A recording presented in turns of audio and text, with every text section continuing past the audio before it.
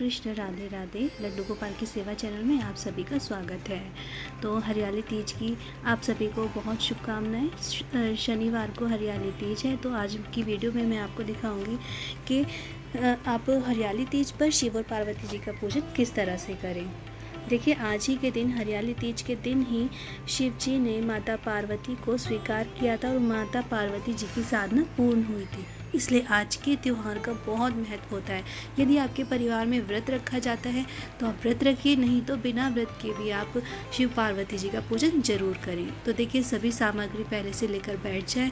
और अगर आप पार्थिव शिवलिंग का निर्माण करते हैं आज के दिन और उनका पूजन करते हैं तो बहुत शुभ होता है। इसके लिए आप सुबह स्नान करें, पवित्र हो जाएं, अपने घर को साफ करें, खुद भी हरे रंग के वस्त्र पहने, 16 श्रृंगार करें और भगवान जी की पूजा के लिए बैठ जाएं।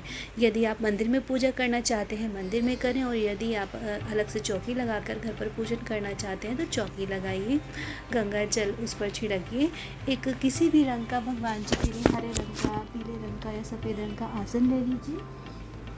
चित्र है तो भगवान जी का चित्र भी रख लीजिए, शिव पार्वती का चित्र आप रख सकते हैं। और एक प्लेट लीजिए जिसमें आपको एक पात्र ले लीजिए जिसमें आप मिट्टी के शिवलिंग बनाएंगे, पार्थिव शिवलिंग बनाएंगे। तो मैंने एक स्टील की प्लेट ली है, उसके ऊपर एक छोटी सी प्लेट जो थोड़ा उठी हुई है वो ले लिया है। तो इस उठी हुई प्लेट के ऊपर मैं शिव पार्वती यानी कि पार्थिव शिवलिंग का निर्माण करूँगी। तो सबसे पहले यहाँ पर एक स्वास्तिक बना लिया है, कोई भी आप शुभ चिन्ह बना लीजिए। और उसके ऊपर यदि आपके पास बहुत सारे हैं तो आप बेलपत्र रख लीजिए। मेरे पास बेलपत्र कम थे तो मैंने यहाँ पर भगवान जी के लिए फूलों का आसन रखा है। तो मिट्टी को आप थोड़ा एक दिन पहले ही गीला करके छोड़ दीजिए, उसको छाट कर गीला करके छोड़ दीजिए, तो बहुत अच्छी से आपकी शिवलिंग तैयार हो जाएगी। तो एक छोटा सा शिवलिंग बनाइए और उसके ऊपर आप सर्प देवता, नाग देवता को भी विराजित करिए। और जलहरी भी बनाए तो बहुत शुभ होता है। साथ में मैंने छोटे से बनाए हैं पिंडी रूप में गणेश जी, और छोटी सी मैंने गौरा जी भी बनाई हैं। तो मुझे तो देखिए इसी प्रकार से छोटे छोटे बनाने आते हैं। यदि आपका हाथ कुशल है तो आप और अच्छा सा रूप देकर इनको बना सकते हैं। तो देखिए, आज के दिन ये मिट्टी के जब हम शिव पार्वती बनाते हैं बहुत ही ज़्यादा शुभ होते हैं। व्रत रखें या ना रखें, आप इस तरह से पूजा ज़रूर करें। और मेरी जो पूजा विधि होती है वो इतनी सिंपल होती हैं, साधारण होती हैं कि वो पूजा करना बहुत आसान होता है और आपका त्यौहार भी बहुत अच्छे से शुभ फलदायी हो जाएगा। तो देखिए, सबसे पहले हमने भगवान जी को विराजित कर लिया है और अब हम भगवान जी से प्रार्थना करेंगे कि आप इस पार्थिव शिवलिंग में विराजित हो जाइए और जो हम पूजा करने जा रहे हैं उसे स्वीकार करिए। तो देखिए, पूजन हम सबसे पहले गणेश जी से प्रारंभ करेंगे। तो पहले हमने गणेश जी को स्नान कराया है, फिर माँ गौरा को स्नान कराया है और अपने भोले बाबा को स्नान करवाया है। और मैंने ये पंचामृत बनाया है, इसका भी हम पहले गणेश जी को स्नान करवाएंगे, फिर शिवलिंग को स्नान करवाएंगे और फिर माँ गौरा को स्नान कराएंगे। आप चाहे तो इसकी सभी सामग्री आप अलग अलग करके भगवान जी को स्नान करवा सकते हैं। तो उसके बाद साधारण जल से एक बार फिर से स्नान करवाएंगे। तो इस तरह से आपका स्नान पूर्ण हुआ। और इस स्नान के बाद अब हम अपने भगवान जी को वस्त्र रूपी कलावा अर्पित करेंगे। तो आप पहले गणेश जी को, शिव पार्वती को फिर कलावा अर्पित कर दीजिए। उसके बाद आपके पास यदि जनेऊ है तो आप 2 जनेऊ और ले लीजिए, एक जनेऊ गणेश जी के लिए और एक जनेऊ हमारे भोले बाबा के लिए। मैंने कलावे को ही जनेऊ के रूप में लिया है, इसी को हम भोले बाबा को अर्पित कर देंगे। देखिए, ये तो हो गया वस्त्र और जनेऊ का अर्पण। अब यदि आपके पास इत्र है तो आप इत्र की भी सेवा भगवान जी को दीजिए। देखिए, जो भी हम अर्पित कर रहे हैं, जितना संभव हो सके अपने चित्र पर भी, भगवान जी की जो फ़ोटो है उस पर भी आप अर्पित कर दीजिए। भगवान जी को हमने स्नान करा दिया है। अब आप भगवान जी को धूप और दीप दिखाइए, फिर हम इनका श्रृंगार करेंगे। तो देखिए, ये जो सेवा हम करते हैं यही भगवान की पूजा है।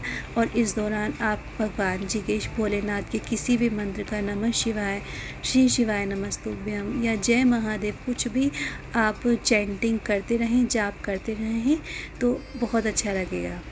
और इस भाव से देखिए अब हमने यहाँ पर अक्षत अर्पित किया है और इस भाव से आप पूजा करिए कि साक्षात भगवान आपके सामने हैं। तो अब हमने अपने शिवलिंग को अक्षत अर्पित कर दिया है सारे भगवान जी को। अब गणेश जी को हमने हल्दी अर्पित किया, माँ गौरा को कुमकुम अर्पित किया और भोलेनाथ को चंदन अर्पित किया है।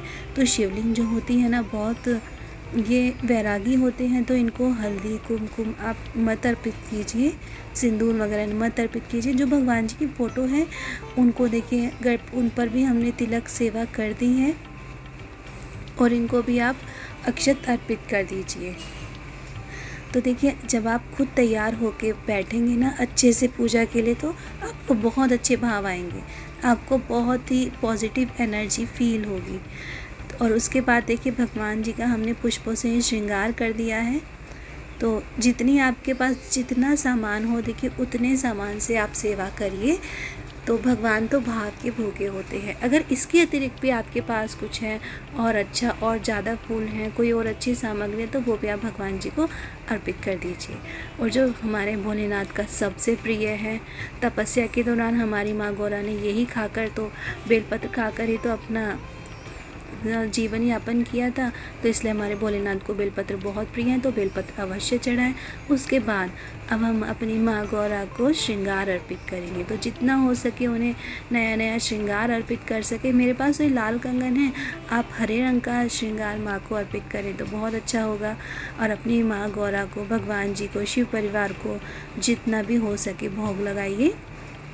आज के दिन पकवान ज़रूर बनाइए अपने शिव परिवार के लिए, अपनी माँ गौरा और भोलेनाथ के लिए पकवान ज़रूर बनाइए।